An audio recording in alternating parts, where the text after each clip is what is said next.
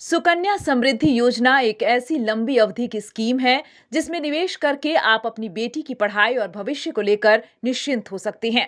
इसके लिए आपको बहुत ज्यादा रकम भी निवेश करने की जरूरत नहीं होती। इस योजना में कई बड़े बदलाव हो रहे हैं। नए नियमों के तहत खाते में गलत ब्याज डालने पर उसे वापस पलटने के प्रावधान को हटाया गया है। इसके अलावा खाते का सालाना ब्याज हर वित्त वर्ष के अंत में क्रेडिट किया जाएगा। पहले नियम था कि बेटी 10 साल में ही खाते को ऑपरेट कर सकती थी, लेकिन नए नियमों के तहत 18 साल की उम्र से पहले बेटी को खाता ऑपरेट करने की मंजूरी नहीं दी जाएगी।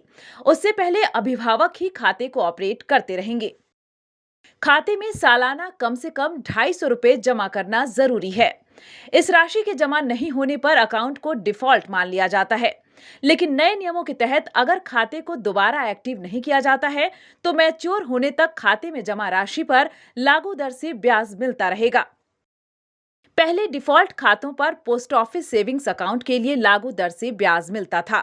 पहले इस योजना में 2 बेटियों के खाते पर ही 80C के तहत टैक्स छूट का लाभ मिलता था। तीसरी बेटी पर यह फायदा नहीं मिलता था। नए नियम के तहत एक बेटी के बाद यदि 2 जुड़वा बेटियां पैदा होती हैं तो उन दोनों के लिए भी खाता खोलने का प्रावधान है।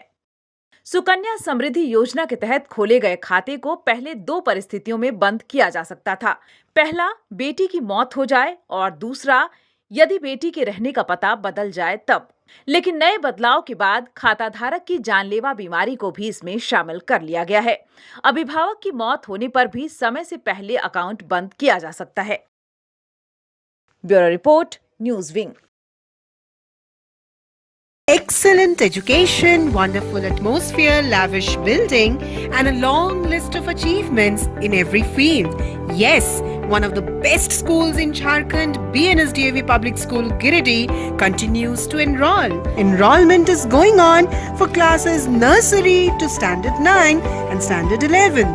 So, enroll your children today and let them touch the heights of the sky. Come on, hurry up. Seats are limited.